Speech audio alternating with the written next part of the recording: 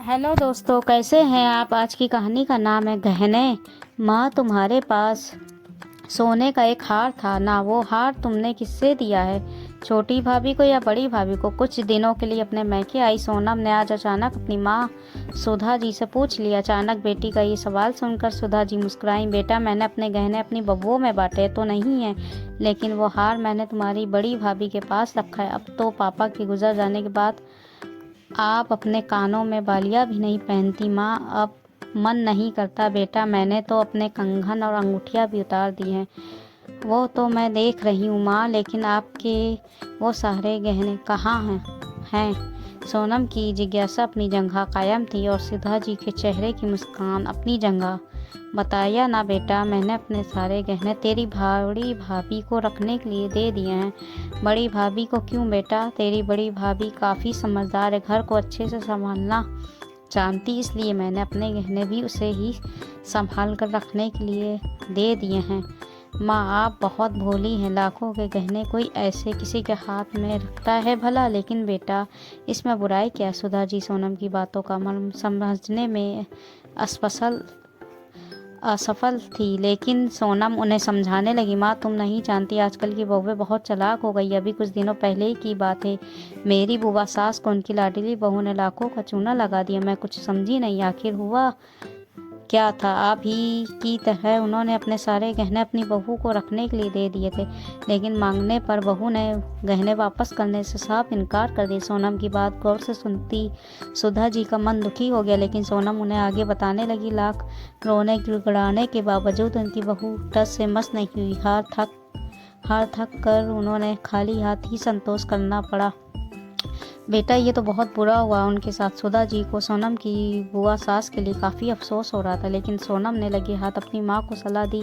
माँ, आप भाभी से अपने गहने वापस क्यों नहीं मांग लेती? बेटा, गहने वापस मांग कर मैं क्या करूँगी? माँ, आप गहने वापस मांग कर तो देखो सही, भाभी वापस करती है या नहीं। लेकिन बेटा, गहने वापस मांगने की कोई वजह भी तो होनी चाहिए ना। आप कह देना कि गहनों को सफाई के लिए सुनार के पास भिजवाना है। ठीक है बेटा। सोनम की बातों से सहमत होती सुधा जी ने रसोई के काम निपटा रही अपनी बड़ी बहू रश्मि को आवाज़ लगाई। बहू, जरा मेरे गहनों का डब्बा तो लेकर आना। यूँ अचानक अपनी सास द्वारा गहनों का डिब्बा मांगने पर वो तनिक हैरानी हुई, लेकिन बिना कोई सवाल किए रश्मि रसोई का काम छोड़ झटपट अपने कमरे में जाकर अलमारी का ताला खोलकर अपनी सास के गहनों का डब्बा उठा लाई।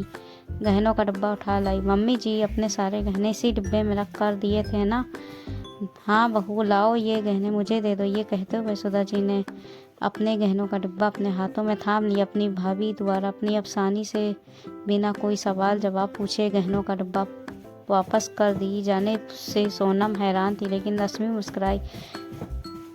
मम्मी जी, डब्बा खोल कर देख लीजिए सारे गहने मौजूद है या नहीं। कहीं कोई गहना मेरी अलमारी में ही तो नहीं रह गया ना? अपनी बहू की बात मानकर सुधा जी ने सोनम के सामने ही अपने गहनों का डब्बा खोल दिया। उस डिब्बे में मौजूद अपने एक एक गहने को अपने हाथों से छू कर देखती सुधा जी ने रश्मि की ओर देखा। बहू, तुम इसमें से अपनी पसंद का कोई एक गहना ले लो। नहीं मम्मी जी, आपने मेरे लिए विवाह के वक्त पहले ही इतने गहने बनवा दिए और मैं अपने और गहनों का क्या करूँगी? फिर भी बहू, मेरे गहनों में से एक गहना तो ले लो, मेरी तरफ से तुझे लेना ही पड़ेगा। सुधा जी अपनी बहू रश्मि से जिद कर बैठे। अपनी सास की जिद देखकर रश्मि ने सुधा जी का हाथ थाम लिया। मम्मी जी, मैंने आपका एक गहना पहले ही अपने पास रख लिया। ये सुनकर सोनम के साथ साथ सुधा जी को बड़ा आश्चर्य हुआ।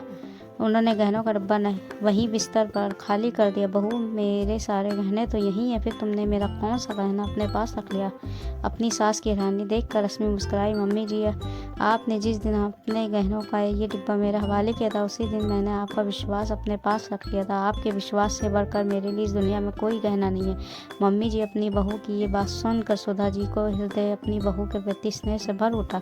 वो अचानक निरुत्तर हो गई, लेकिन अपनी छोटी सोच की वजह से सोनम अपनी भाभी से नज़रें मिलाने में खुद को असमर्थ पा रही थी। आपको कहानी कैसी लगी? अच्छी लगी हो तो लाइक करके सब्सक्राइब कर दीजिएगा।